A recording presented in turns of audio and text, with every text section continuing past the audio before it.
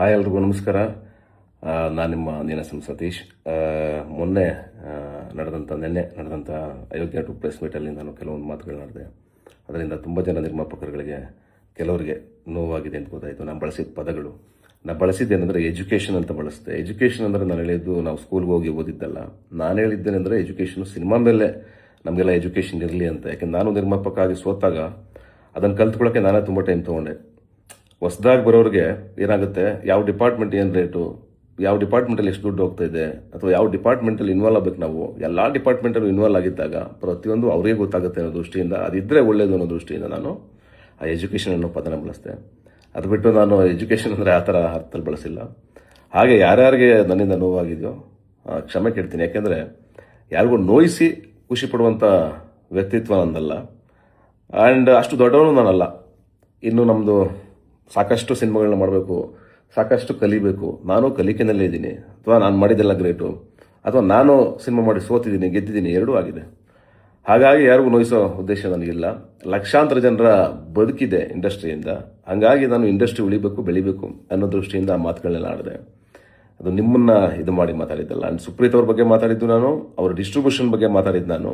And ಆ distribution ಪದ miss ಆಯಿತು ನಾವು ಮಾತಾಡಬೇಕಾದ್ರೆ. ಹಾಗಾಗಿ ಅದು ಕೆಲವರಿಗೆ ನೋವಾಗಿದೆ ಅಂತ ಗೊತ್ತಾಯಿತು. ಯಾರೋ ಬೇಜಾರು ಮಾಡ್ಕೊಬೇಡಿ. ಆ್ಯಂಡ್ ಅಫ್ಕೋರ್ಸ್ ನಾವಿರೋದು ನಿರ್ಮಾಪಕರಿಂದನೇ.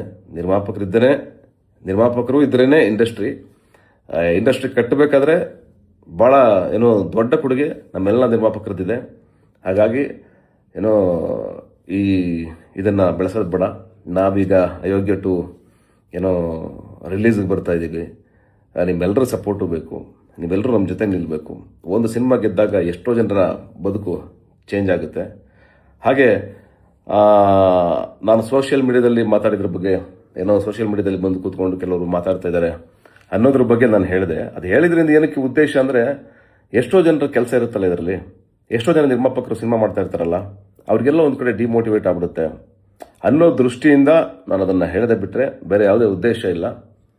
ಹಾಗೆ ನಿನ್ನೆ ನಡೆದಂಥ ಸಾಂಗಿನ ಬಗ್ಗೆ ಕಾಂಟ್ರವರ್ಸಿ ಆಗಲಿ ಯಾವುದೇ ಆಗಲಿ, ಕೆಲವರೆಲ್ಲ ಬೇಕಂತ ಮಾಡಿದ್ದಾರೆ, ಇದನ್ನು ಕ್ರಿಯೇಟ್ ಮಾಡಿದ್ದಾರೆ ಅಂತ ಮಾತಾಡ್ತಾ ಇದ್ದಾರೆ. ಖಂಡಿತವಾಗ್ಲೂ ಯಾವುದೂ ಇಲ್ಲ. ಅಲ್ಲೇನು ನ್ಯಾಚುರಲ್ ಆಗಿ ನಡೀತೋ ಅದಷ್ಟೇ ಸತ್ಯ. ಆ್ಯಂಡ್ ಯಾರಿಗಾದರೂ ನನ್ನ ಹೇಳಿಕೆಯಿಂದ ನೋವಾಗಿದ್ದರೆ, ಆ್ಯಂಡ್ ನಮ್ಮ ನಿರ್ಮಾಪಕರ ಸಂಘದವರಿಗೆ ಎಸ್ಪೆಷಲಿ ಬೇಜಾರು ಮಾಡ್ಕೋಬೇಡಿ. ನಾನು ಕ್ಷಮೆ ಯಾಚಿಸ್ತೇನೆ ನಿಮ್ಗೆ ನೋವಾಗಿರೋದಕ್ಕೆ. And thank you so much. ನಿಮ್ಮೆಲ್ಲರ ಸಪೋರ್ಟು ನಮ್ಮ ಜೊತೆಗೆ ಹೀಗೆ ಇರಲಿ. Thank you.